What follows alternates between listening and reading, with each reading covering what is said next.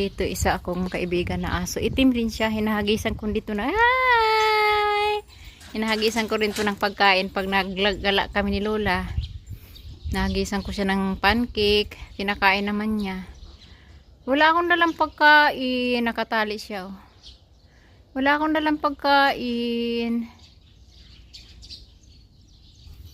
Hi!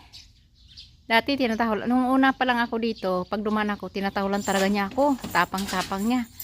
Tapos yung pinapakain ko na siya, hinahagisan ko na siya ng pagkain. Kasi nga hindi ako makalapit kasi may pader, may harang. Nung hinahagisan ko na siya ng pagkain, maano na siya. Kung maano na yung buntot niya sa akin, hindi na ako tinatahulan. Tapos pag nagbabay na lang ako sa kanya, ayun, nagtatahol siya. Parang ayaw akong paalisin. Bye-bye! Sorry wala akong dalang pagkain ngayon. Sorry.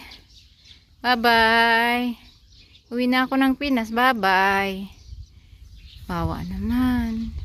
Wala akong dalang pagkain na. Bawa naman ikaw. Bye-bye.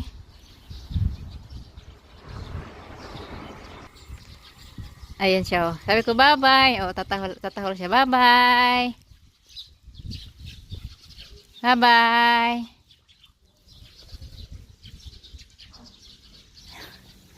Bye-bye na, bye-bye.